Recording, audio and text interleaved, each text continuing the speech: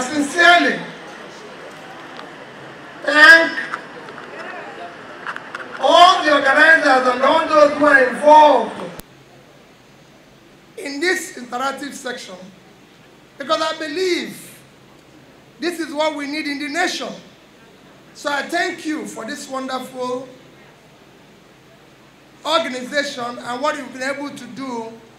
What you're doing today, I know it's been mentioned that is for interactive section for the North, but it's for Nigeria. Because whatever we're going to do here will affect the entire Nigeria. I'm a Nigerian. And I'm running for the office of the President of Nigeria.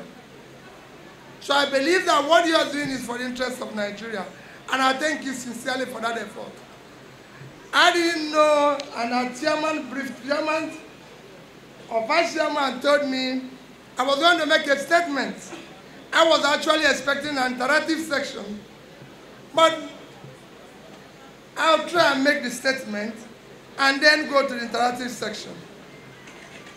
As I thank all of you, I listened to what the two leaders have said, Professor Ango and Audrey said, when they talked about the problem of the country. Everybody is aware of the problem of our country today. And that problem, as difficult as this, I believe it is solvable. It is not impossible. Nations have passed through that. Today our country have qualified as a failed state because they have made the two ingredients of what a failed state is all about. The two major ingredients: when you are no longer in control of your territory, and when you are no longer in control of your economy. We are no longer in control of these two. So we've qualified for it. But,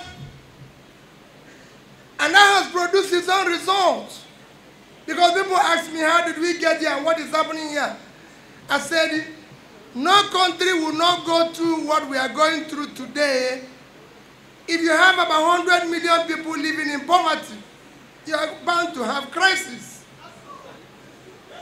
If you have 35% unemployment, in fact, we're very lucky for a nation of our size to have 35% unemployment.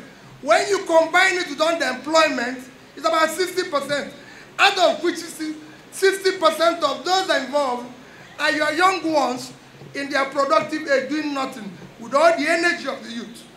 And they don't have anywhere to exhibit or to do anything. You have a crisis. You have 20 out-of-school children. And coupled with this unemployment and youth unemployment, you have a higher drug prevalence. Drug prevalence in Nigeria today is 14.8%, when the global average is 5.8. It's the highest anywhere. I can go on and telling you the problems of Nigeria, but most of them you know already. So they are not things that you want to hear any longer.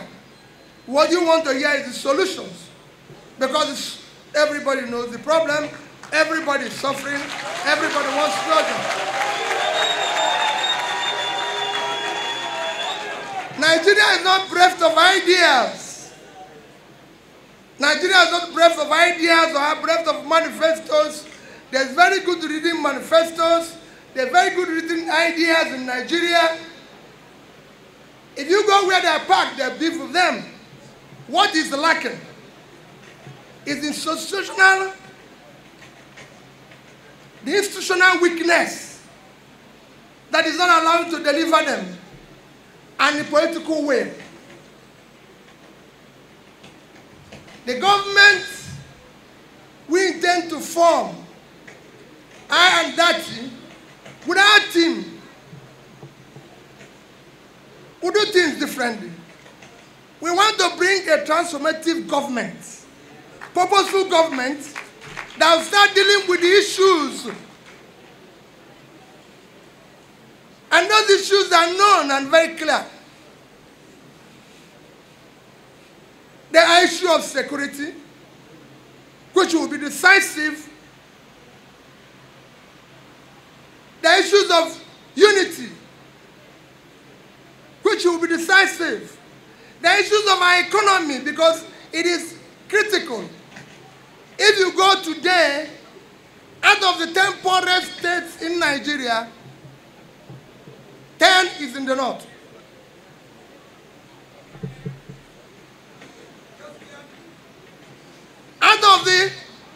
Out of school children, it is in the north that you have the highest out of school children in the global earth, northern Nigeria. In terms of school kidnapping, it is the highest in the whole world. But when you look at what is happening globally today, the greatest need of the world, the greatest assets, the greatest need of the world today is food. The greatest asset of Nigeria today is in the north. I know people have come here to tell you, or will tell you in the future about oil. Oil is an expiring and a diminishing asset. I know people will tell you about other natural resources. Those natural resources cannot be quantified with the physical assets God gave Nigeria and gave particularly in the north. And that is what we need urgently to ignite and start. Nigeria today is 200 million, and we have all this problem. It's estimated we will be about 300 million by 2030. It's estimated we are going to be about 400 by 2050.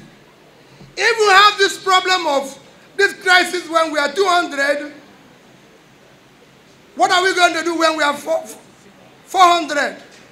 So we start now to unleash the greatest assets of Nigeria.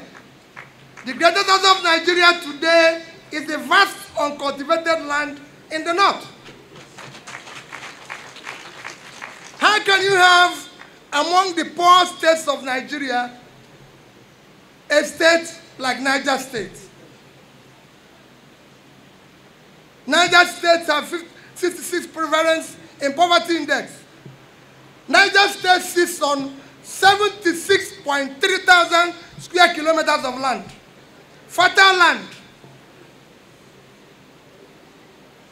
And the only avenue, 7 to 8 local governments there are taken over by bandits. And they are waiting for statutory allocation from Abuja, which is less than 5 billion naira a month. So at most they can get is 50 billion. With 76.3 thousand square kilometers. They can't export anything. They are not producing the one they're eating. It is unacceptable. Niger State today can be a place where Nigeria can feed itself and export. Netherlands, without water, is 33,000 square kilometers of land. Total agricultural export, including winter, in 2021, is 106 billion euros. When you multiply it by dollars, it's about $120 billion. If Niger State can do 1% of that, it's $1.2 billion. At 650, it's about 750 billion naira. That's 5 times their budget. But they're waiting for 20 billion. We can't do that. Among the poor states of Nigeria is Taraba. Among the poor states of Nigeria is Taraba. Taraba is sitting on 64.4 thousand square kilometers of land. Taraba, Belgium, in Europe, is 31,000 square kilometers. Israel is 22. Taraba is bigger than Israel and Belgium combined. And the land and Belgium was able to export almost 80 billion worth of agricultural goods. If you go to Taraba, you see the Mambila Falls, one of the best places you can cultivate flour, tea, coffee. I was in Kenya, and I saw in the field young men and women who had just had a little skill cultivating flour. They paid $100, and all of them. Kenya did export of flour last year of over $500 million. Kenya is not a Europe. It's a third world country. That can grow in Mambila Falls. I was in Ethiopia. Ethiopia did export last year $1.1 billion of coffee. Coffee can grow there. Sierra Leone, with all their trouble, did 1.54 billion in tea. The gold, the assets, the future of Nigeria lie in the north. And what we want to do is to unlock. That's why your currency is weak. A country like Nigeria, a country with 923,000 square kilometers of land, 210 million people living here, our total export last year was 18.9 trillion naira, which if you divide it by 650 today, it will give you 30 billion. For 200 million people. It's unacceptable. We cannot take it. A country compared to another third world country. Vietnam is 331,000 square kilometers. That is a third of Nigeria. Vietnam is 100 million people. That's half of our population. Vietnam export last year is $350 billion. We couldn't do, for a country we are 3 times the size in land, twice the population, we couldn't do 10% of their export. It's unacceptable. We will deal with this country. We have the gold here. If you put us in power today, we'll start unlocking that gold. And the first thing to do, here in Kaduna alone, I lived in this country when there's over 400 industries between Pompai and Chalawa and Kanu. I lived in this country when if we want to look for cash in Nigeria in banking, we say go to Kanu and get cash. Today Kanu is dead. There's no commerce. There's no commercial transaction in Borno State. It's only government transaction. So is Kaduna. It's dead. We will unlock it and bring it back. And it's not difficult. And how do you undo it? We have a bank of industry. We have a bank of agriculture here. You're involved with agriculture. Our bank of agriculture is there. It's not giving anybody loan. In a country like ours, a developing country, 3 countries are the biggest banks. Bank of Agriculture, Bank of Industry, and Bank of Infrastructure. What are we going to do? I financed one of the biggest rice farmer in this country, Unza in Kanu. Ask him, as the bank I financed him. It's there. You can go there and see. And that is what we need to do. And I can tell you, you talked about India. Punjab, one state in India, have over 700 tractors. The entire Nigeria have less than 50 tractors. It will not work. Not again. We are consuming, we are wasting our time. We have to bring governance back here and deal with this issue. We will unlock this. If you go to a bank of agriculture here, what am I going to do with it? I'm a banker. I'm a financier. So I know what it is. What we need to do is to get federal government to, I'll call all the bank. All the bank will be shareholders in Bank of Agriculture.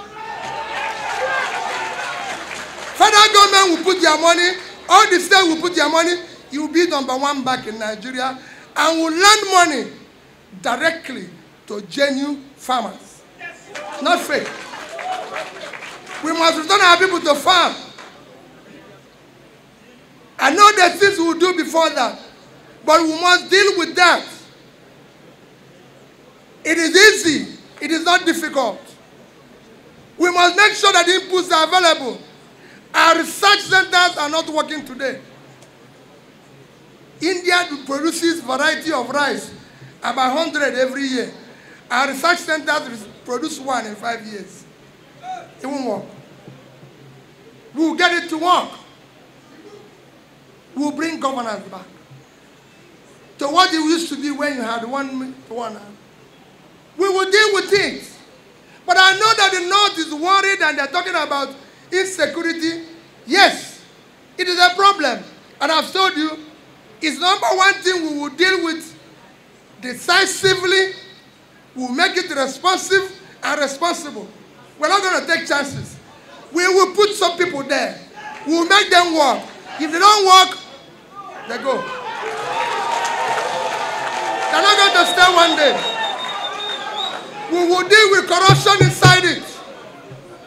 We will deal with that corruption that is inside the security system. We will call on partners because we need to secure the country. We want locals and everybody to come back. We will increase the police personnel because the number today is low. Egypt, with 100 million people, have over 1 million police. Nigeria, with 200, have only 325,000 police personnel, out of which about 75 is following us. So 250. It will not work. We will increase the number. We will make it work. We have people who can make it work. It is not possible. We have what it takes. I can tell you we will secure this country. I know what I'm doing, what I'm saying. We will deal with the issue. When we deal with the issue of insecurity, then we'll start pulling people out of poverty. The more you put people out of poverty, the more you reduce criminality. When people are hungry, but they don't know where the next meal will come from, they'll become criminals. If you give them food, you reduce criminality. It's simple. It is done in countries all over the world. You have different types of agitations today because we have a problem. Were they there yesterday? No. Yesterday the country was good. There was profit. There was something to share. So everybody was living peacefully. When there's nothing to share, there's problem. Because the only thing people share is profit. They don't share loss. In loss, they quarrel. That's where the country is today. We will bring back the country again. And we'll make it work. We will deal with other issues that are besetting our nation today. Issue of corruption. People have said they will fight corruption.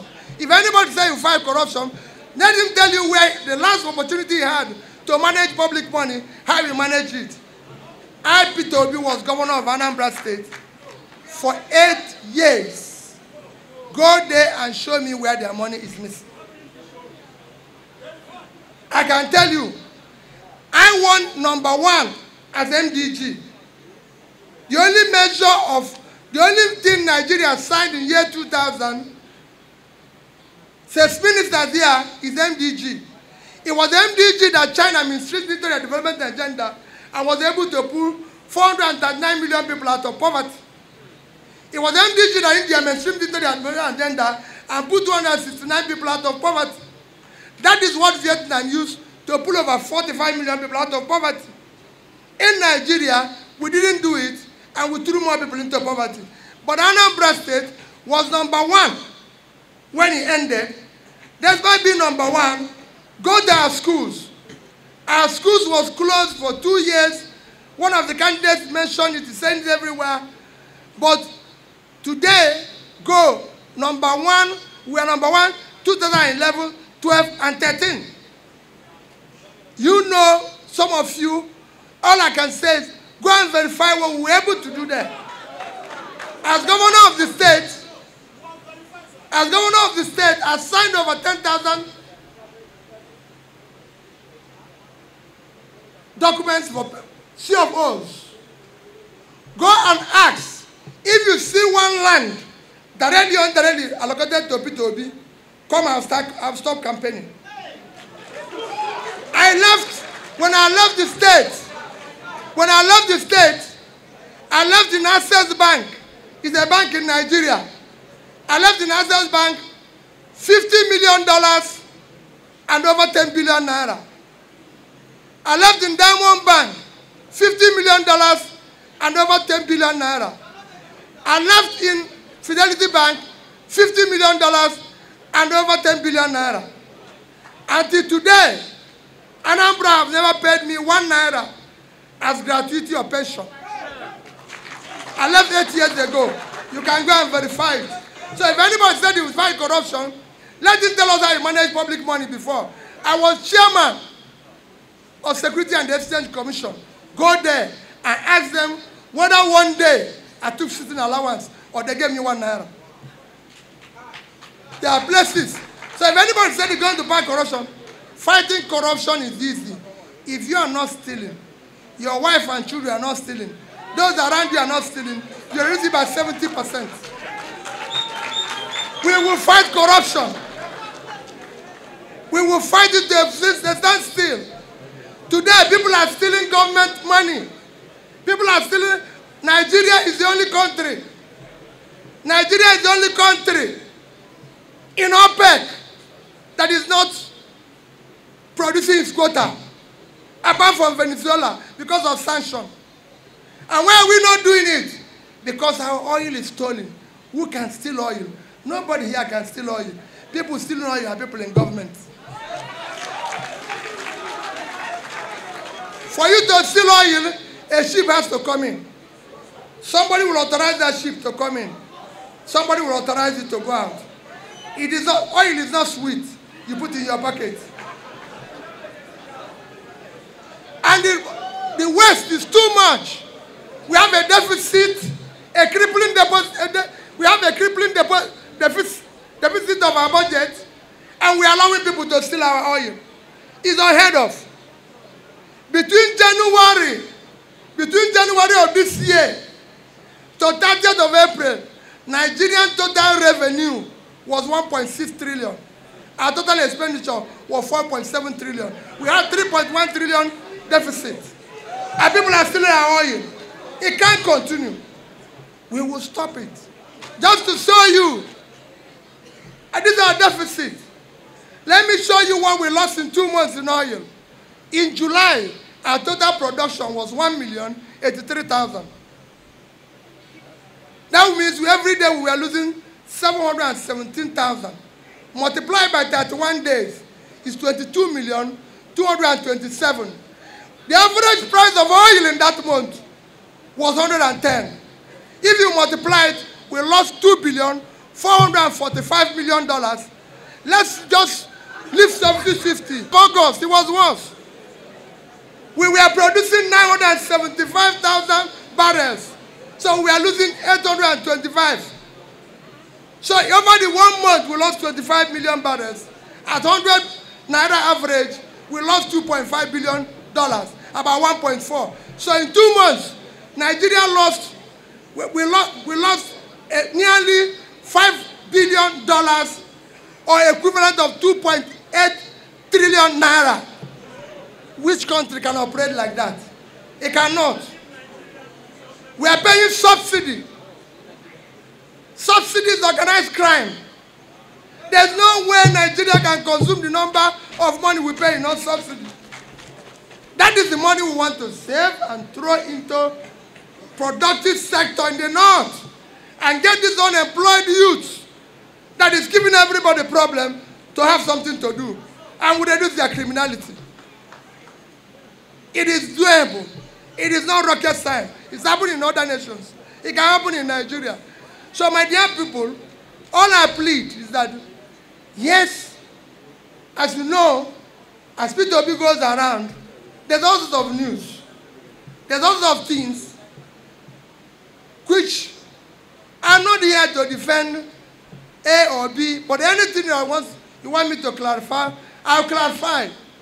But I want to assure you, today, I'm a Nigerian. I believe in Nigeria. I want to give Nigerians hope. I want to ensure that if you say the North have the highest out-of-school children, I want to reduce it. I can deal with it. Why? Those children that decided they not go to school have learned Quran. I work with these Islamic centers and malams to keep their skills. I'll put their skills. I will meet them at the point. If they can learn Quran, they are very intelligent. And I'll teach them skills. And if I teach them skills, I'll support them because we're going to put money in micro, small businesses. They'll have a business to do. They'll have a future. And when we give them a future, we'll change them. There's a lot we can do to change here. And I'm committed to it. And I want you to tell what I'm doing. And people said to me, what is the manifesto? I said, don't worry. I will give you a manifesto. But I'm telling you what I will do. And I want you to tape it. And I want you to hold me responsible. I will be in charge. I and Datti will be in charge. Nobody will find us wanting. We have the physical, we have the mental and physical energy to do this job. And we are ready for it. Let nobody worry about that. I can tell you, we work as a family, we work as a team. Every single day, when I sought him out, I said, Datti, I'm not choosing you because I'm looking for somebody from the North. No, I'm choosing you because I'm passionate that whoever I'm going to do this will be as passionate as I am to turn around the North and tell them, I keep saying it, the future of Nigeria depends on the North. I will unlock it. Because I want to be able to say, I want to turn the entire Kano into a farmland and use Kano and Kaduna as processing centers. And you will see it happen. Kaduna here is 46,000 square kilometers of land. Kaduna is 2 times, I can tell you, countries that are that tiny. We can't go on this way. And that is what I want to solve. That is what we want to change. I assure you, I'm sure you have questions. Please feel free to ask me any question. Feel free. I'm here to clarify and tell you who I am. But most important, to know that this is Peter Obi. I'm a Nigerian. I believe in Nigeria. I live for Nigeria. Every day, all I want now is opportunity to create a new future for Nigeria. Next year's election, I'm pleading with you, should not be based on the perimeters we used before. I don't want you, we are now hiring a new MD for this company called Nigeria. I don't want you to hire people based on tribe. Please, don't hire people based on religion. Don't hire people based on my tongue. Don't hire people based on anything. I'm telling you, all this is what the elites used to confuse us, to keep us where we are. No, there's no tribe that is enjoying anything today. The people in the North don't buy bread cheaper than people in the South. The poor people in the North are poor. The poor people in the South are poor. There's no uninterrupted light in the North.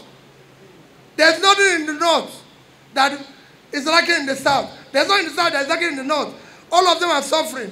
There's no place anybody buys anything cheap because of religion. I'm a Christian. The Central Mosque in London, I lived my life in London. Went to the best schools there, from Oxford to Cambridge to... The Central Mosque in London was not donated by the Queen. The Queen is not a Muslim. In Dubai, I'm a Christian, a Catholic. If you go to Dubai, the Catholic church in Dubai, the land and the church was built by Emir of Dubai. So let nobody give us the excuse again. What we want now is progress. What we want now is to employ our youth. Next year, the election must be based on character we can trust. What we are selling now is listening to all of us. All of us are going to have a well-written manifesto, a well-written document we read out, a well-written this. But what we are selling now is, who among us will you trust? It is a trust issue. Who among us will you trust? We want a character we can trust next year. Who is more competent? Election next year must be on character we can trust. It must be incompetence. It must be incapacity and commitment to start doing the right thing from the first day. We must stop this abuse of our country based on premodern excuses. It is hurting us, and you take a desperate revenge on our children. Thank you, and God bless you.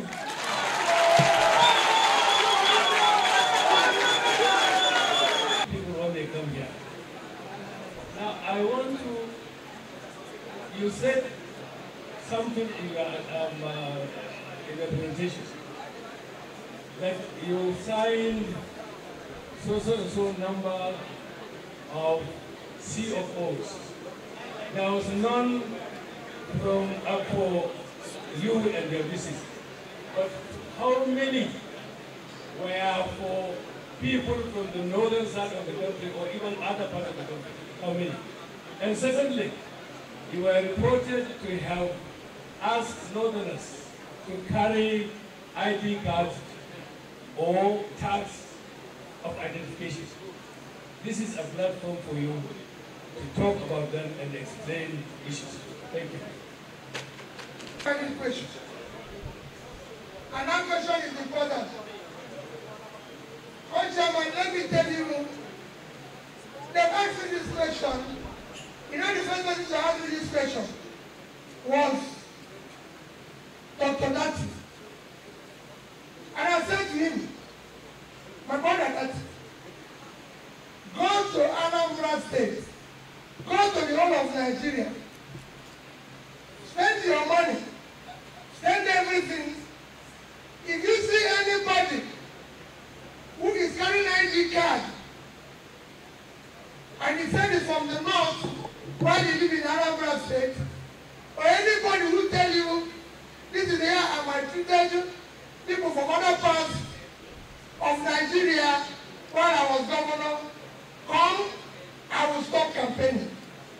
I will withdraw and go home. Number two, it's important that I take all this. When I was coming in here, when I came in here now, somebody told me, he said, Peter, your brother, my brother, the governor of Kaduna State, said that he came to my state and I detained him. Let me tell you, it's good when you answer, when these things happen, you clarify them. Number one, in my 8 years of being governor, only in the first 3 months did I have a commissioner that is not from the north. I want to say, only in my first 3 months did I have a commissioner that is not from the north. Commissioner of police. Only 3 months. And that's because I met the person. At the time the governor said this, it was during the election. The police commissioner that was there then was from Adamawa. What is his name again? Barry, CP Barry from Adamawa. The AIG that supervised the election was Nasarawa. CP Nasarawa from the north. The DIG that came for the election was from Kano. Tell me, my power that was in Abuja. Government was PDP and NPC. Tell me how Abuja person will issue order for someone to be detained. Even me was detained in my local government. And I was working for. But however, all of us that committed is that when they asked me, I said, that's why they treat everybody that I will be in Kaduna on day of the election. That was the only thing. And he took it up. There's no way. I cannot do that. Co-chairman, I never asked anyone to carry ID. As governor of Anambra State, I have the best ADC in Nigeria, the best policeman. My ADC, Mohammed, is from Kano. He's the best policeman to today that I've ever met. He's from Kano. Who will I give the order? We're going to go and give order on himself. So how will I tell Mohammed, who lives in my house every day, and close to his family, I get up and say, Mohammed, I want to deal with your people. And he will say that, call my ADC today, I'll give you his phone number. He's the best policeman, you see the policeman, the CSP now. And he will tell you. So when people then, Peter is last, 2019, I was vice president. No, I was good man. Now I want to be president, I become bad man. I did not do anything wrong. I want to change Nigeria.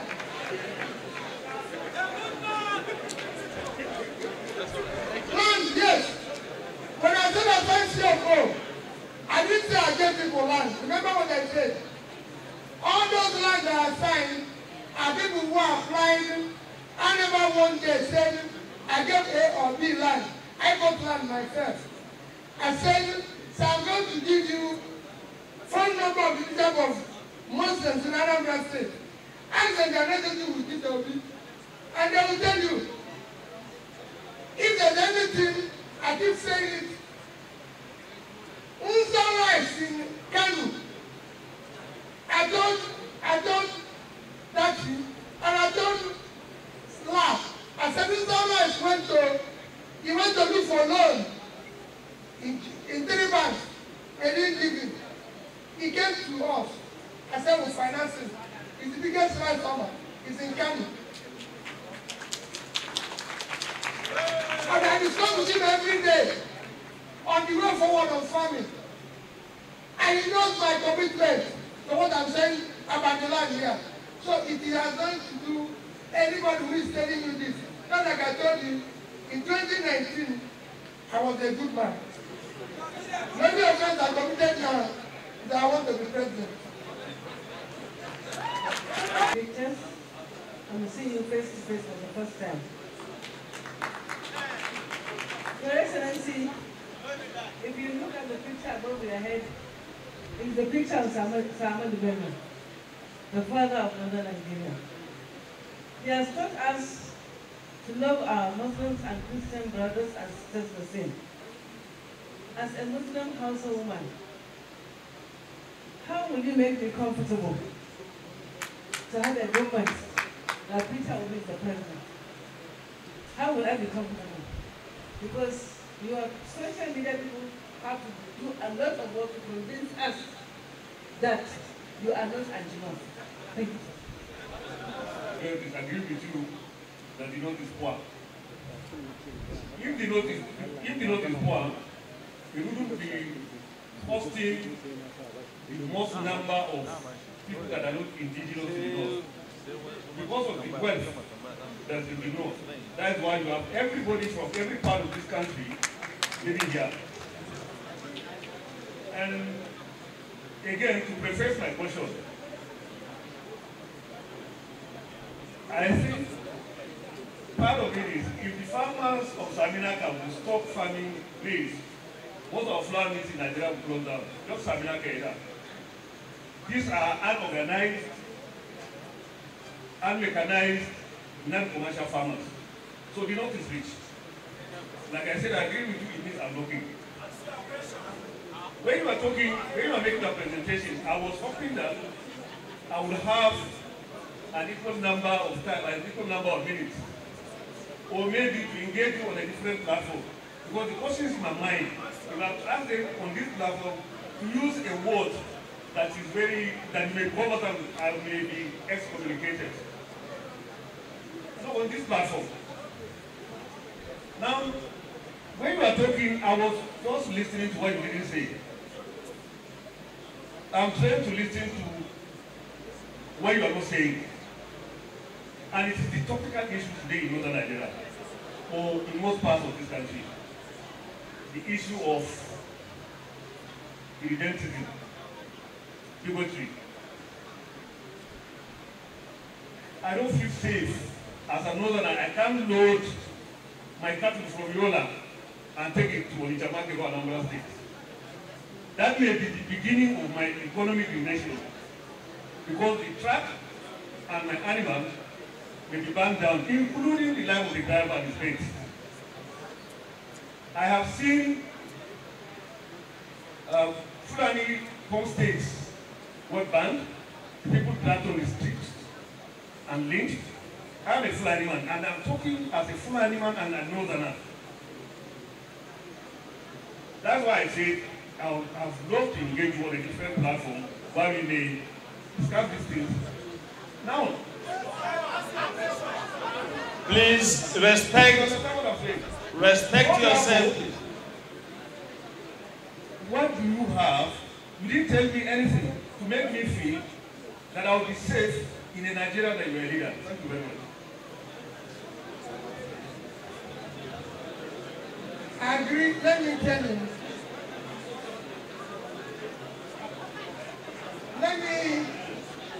I want us to listen. Let me tell you, sir. I'm actually inclined to have that discussion with you.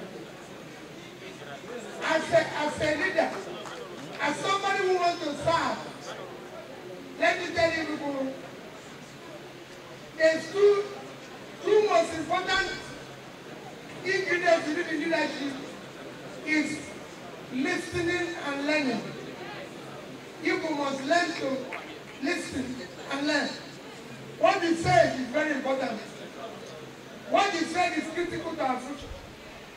So he didn't make anything. I remember what I said when I was a question. And they asked me all questions. Today in Nigeria, there are problems everywhere. When I spoke about here, I spoke about North. I didn't say, remember what I said? I said the North is the greatest asset of Nigeria. So that shows it's the richest.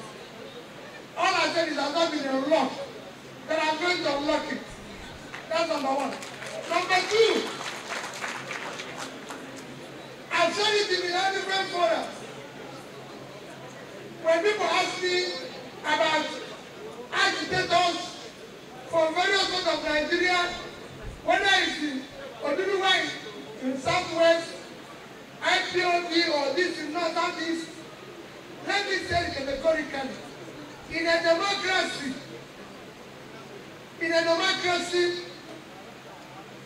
you dialogue, you discuss, and you consult. You must be by consensus. I'm going to dialogue with anybody who is agitating, who is not happy. I must exhaust reason. And when I exhaust reason, I'll deal with it. I will charge. But I'm not going to rule people by military might. I'm going to give anybody space. If you say you're Niger Delta, you're not happy, I'll come and see you. If you say from the north, I'll come and see you. I'll stay with everybody. But I can tell you, in Nigeria that I and that you will serve, everybody will be safe. If anybody do the type of thing you're doing, we'll deal with it. Nobody will do it. But we have given everybody a chance to see that it's a new phase, that a new beginning, that we are trying to build a country that is united, a country where we love each other. I want businesses today run by people in the north. So I want businesses today run by people in the north. I want a business today run by northerners. That this means every year a profit that can make me live. And the person running it is a northerner. So if you can run my business, why not? I have my colleagues all over the place. I have northerners us that do business today. I can name 4 or 5 businesses in the north here which I have put investment in. I don't want to risk it. So I know it is anybody can tell you anything, and it's easy to say, oh, this person is this, or this person is that. When you go and tell the person, like I said, bring one person with the ID card, it doesn't exist. Bring one person with this, it doesn't exist. But it's easy to do it. And I'm saying, if all this was there, nobody will have seen it in 2019. But nobody saw it then. Until now, it came up because my position changed. Thank you, sir. Thank you very much. If you become president of Nigeria, you will be the first democratically elected Igbo president. The North has voted for non-Northerners before. We voted for non-Northerners. We voted for Abiola for the South. We voted twice for Obasanjo. We voted for Jonathan. So voting for a non-Northerner is not a big issue.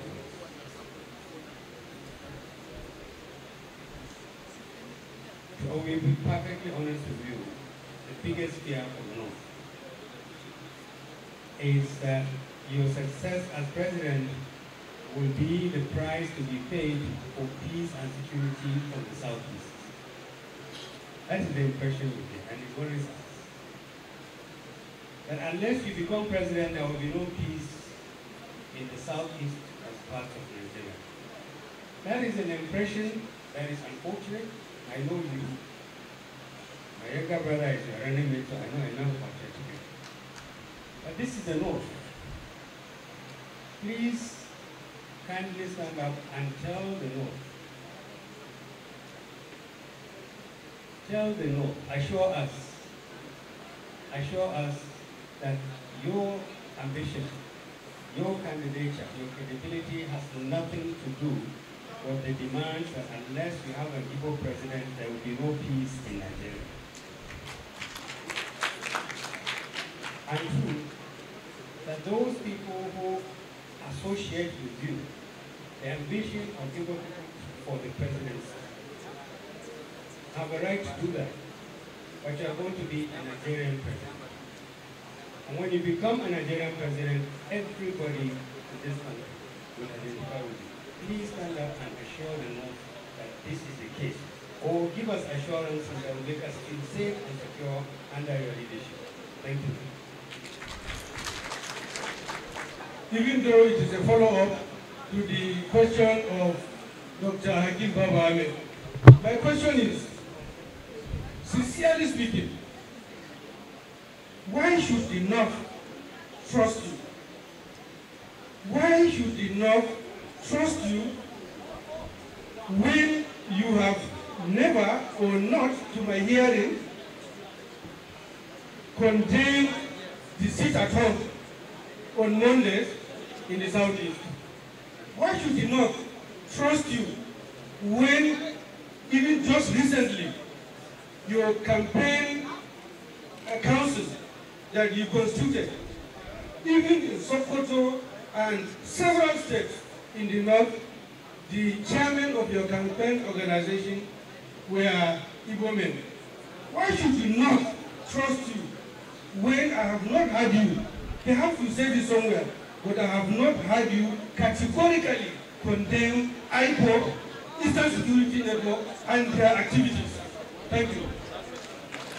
One is that Eastern Security Network was formed by government of the Eastern states.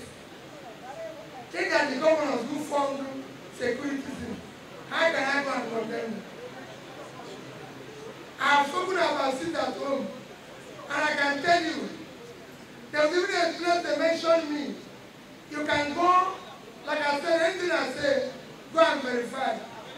Now let me tell you, the Presidential Election Council, which you said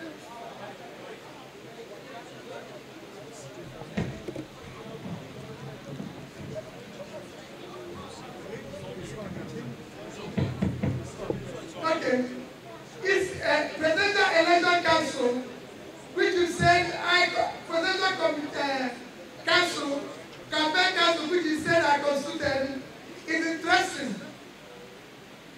Is about the chairman in Kaduna here?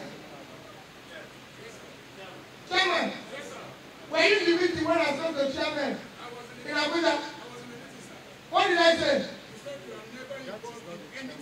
I said I didn't put one person on that list. He was there.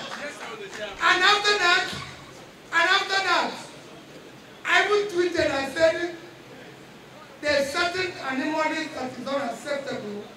I tweeted it, and it will be ratified. But you see how people say that, eh?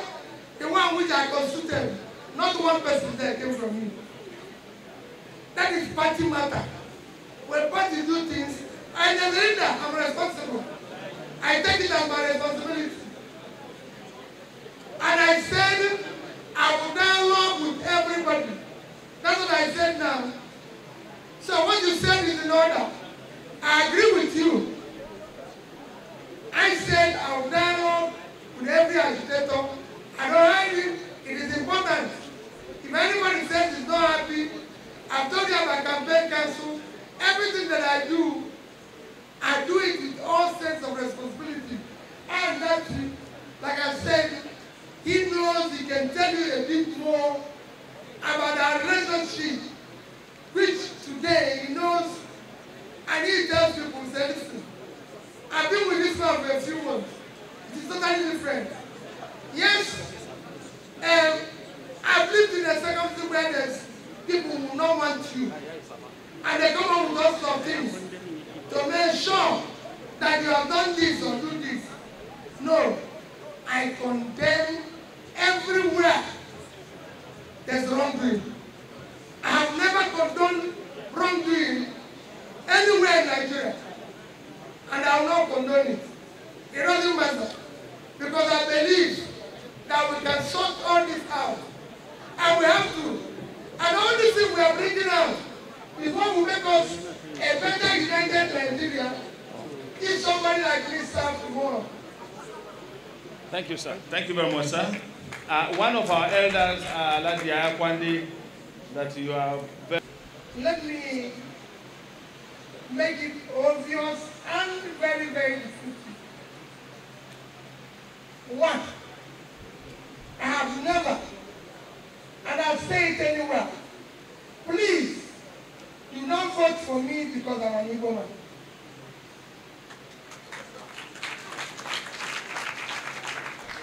I am running this election for the office of the President of Nigeria as a Nigerian who happens to be an Igbo man. I'm not denying where I'm coming from. I'm running as a Nigerian. And I will live and defend the Constitution of Nigeria. I will govern with the Constitution of Nigeria. I will be just. I will be fair.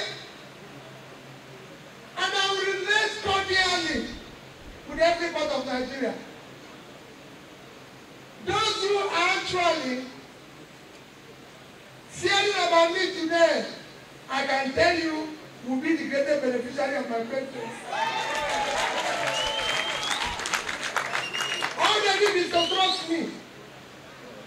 You voted everybody, which you said.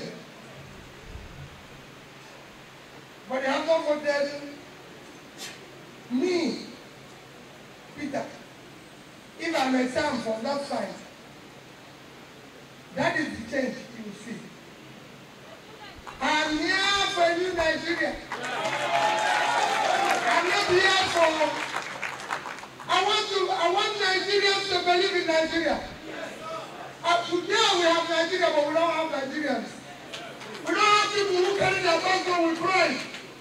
I want every youth in Nigeria to carry his passport with pride. I want my children who have been to the best schools in the world to say they have a friend from Kano. I said this girl, I have a lady from Kano, and I was proud of him. And I still going every day. I didn't say, when I asked the IG, when he asked me, who do you want as your ADC? I said, I want a good policeman. I didn't tell him I want another of him. I wanted a policeman. And he gave me one from Mohammed from Kano. And we lived together. We were not quarreling. I can tell you my best friends today are from the north. And I said, in my business, the biggest and most hardworking person is in the north. So, wait a minute, where did all this division came from? It came because the elite conspiracy, those who were more qualified, brought this in order to sustain themselves in office. And I want to remove it so I can create a level playing field for people who are qualified.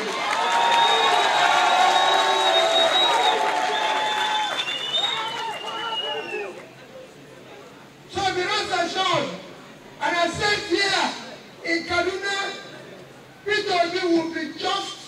Every spine of Nigeria will know for once that the president who is in charge of Nigeria. And I will be everywhere.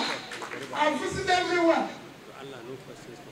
I many those years that I was president, within the first 1 year, I was visit and speak in every state of Nigeria.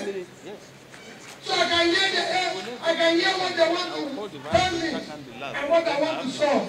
And I'll solve it. It is not going to be easy. Nigeria has problems that is not going to be easy to solve. It's going to be difficult.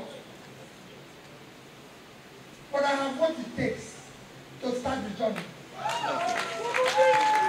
And I'm urging you, do not listen. These people, all the people you are seeing have tried it before.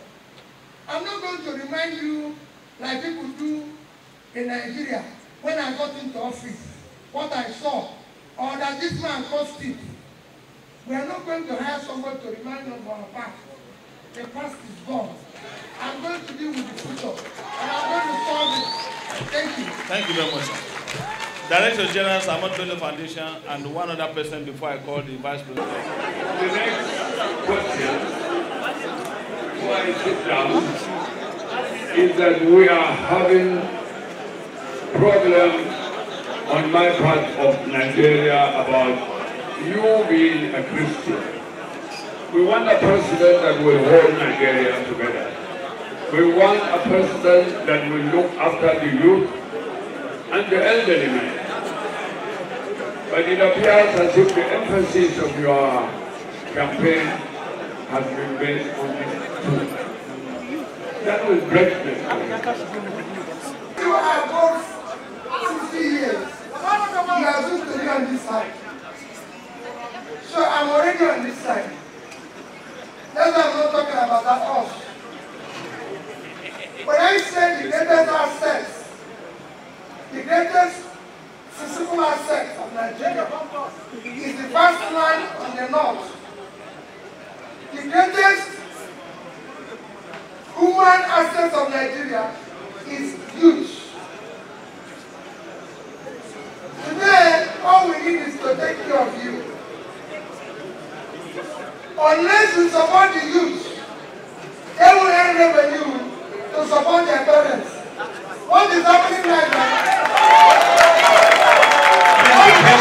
We don't have the time. You are teaching. What is happening right now? Parents pay their children's school fees. Their children leave school and they are at home and they are feeding them. That is dangerous. Because when they get home, without anything to fall back on, they will destroy everything. So in their productive age, we want to make them productive. And if we want to make them productive, then they can look after the elders. And that's what we're talking. We cannot abandon the elders. On what you're talking about, all one of things you're talking is my opponents are men competing me every day back. All I ask is that I was vice presidential candidate in 2019. All these things they say I am today. Where was I yesterday? I served with notable Nigerians. I've chaired several companies. As chairman of those companies, Northerners are there. Well, as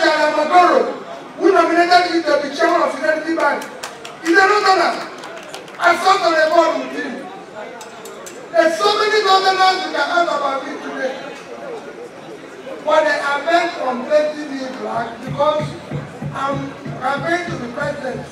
But I'm telling Nigerians, my presidency will change Nigeria. It will make it another country for all. Thank you, sir. Everybody will be happy with it. Thank you, sir. We'll deal with 3 banks.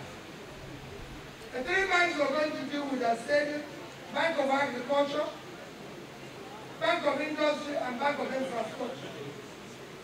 Remember, we have an urban bank in Nigeria. We will make those banks work for urban renewal. The rural infrastructure, due to the poverty, we're going to use the resources of government to do it. You need to see what was done in Bangladesh. In Bangladesh, there was no big building, beautiful buildings in the cities, but they have rural roads to the farm, rural roads to the villages, where women were doing cotton, where women were sewing. So that's what we're going to do. We're going to use the resources of government to deal with the rural infrastructure. Urban renewal will be done by involving urban bank, involving infrastructure that people have to pay. Because those who live in urban areas, it's like when you talk about power. There's places who have to do power subsidized. There's people who have to pay the real price because they can afford it. And remember, when we change the economy and there's growth, people have more disposable income, unlike today. Thank you.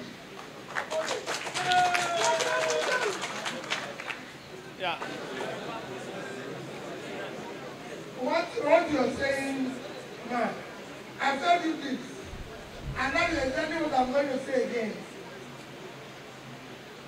All these things that came out now, were they not there in 2019?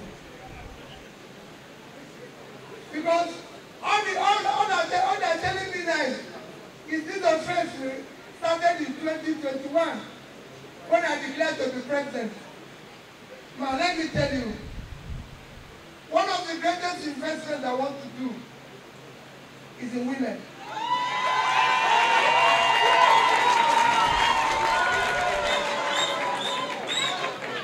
A country today, a basket case. A country today who can refer to a basket case.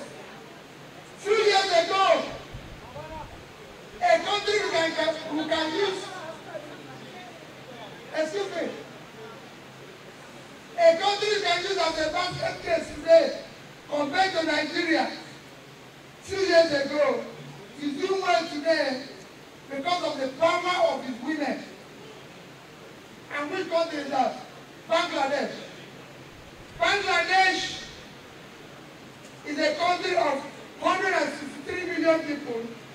In 2010, I was in Bangladesh. In Bangladesh, their per capita income was $707.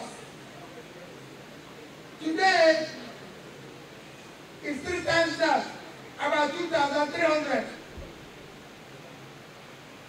As of 2010, Bangladesh was $747 per capita. Nigeria was 2,250.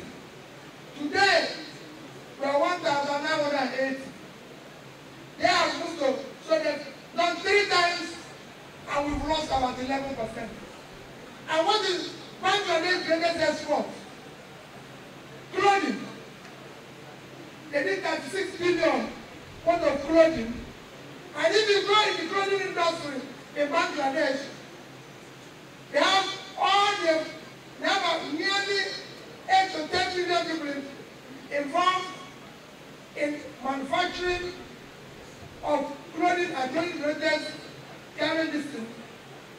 60% are women, and they are home. And you know, whether you like it or not, we have some sense of respect. If women are determined to do anything, they must get it. They're very industrial. I work with them in the bank. I gave women over 40%. My chief of staff was a woman. My deputy governor was a woman. My finance commissioner was a woman. Accountant guy was a woman. Head of service was a woman.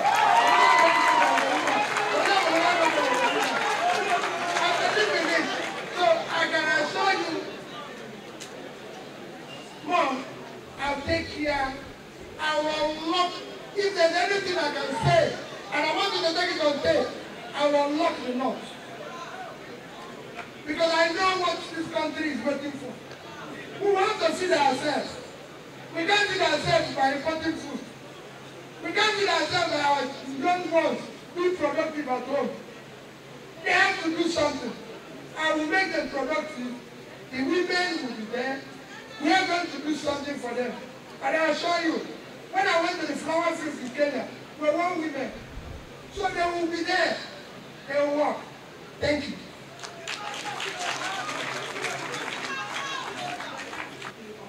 Resources. There is urban demand for rural land, and there is also rural demand for urban land. Northern Nigeria is very vast.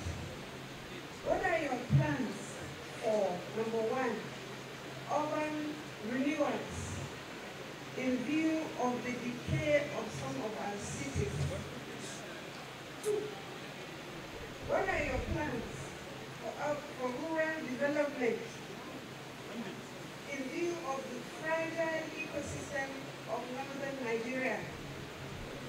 Vis-a-vis the rich, finite, and infinite resources that you have just spoken of.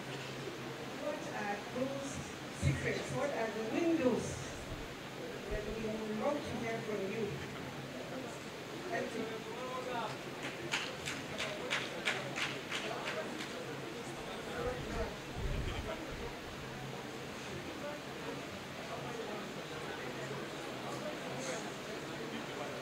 Is known to accept the will of my Almighty Allah.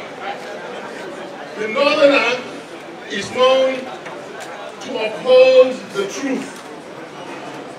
The Northerner is known for promoting fairness, equity, and justice.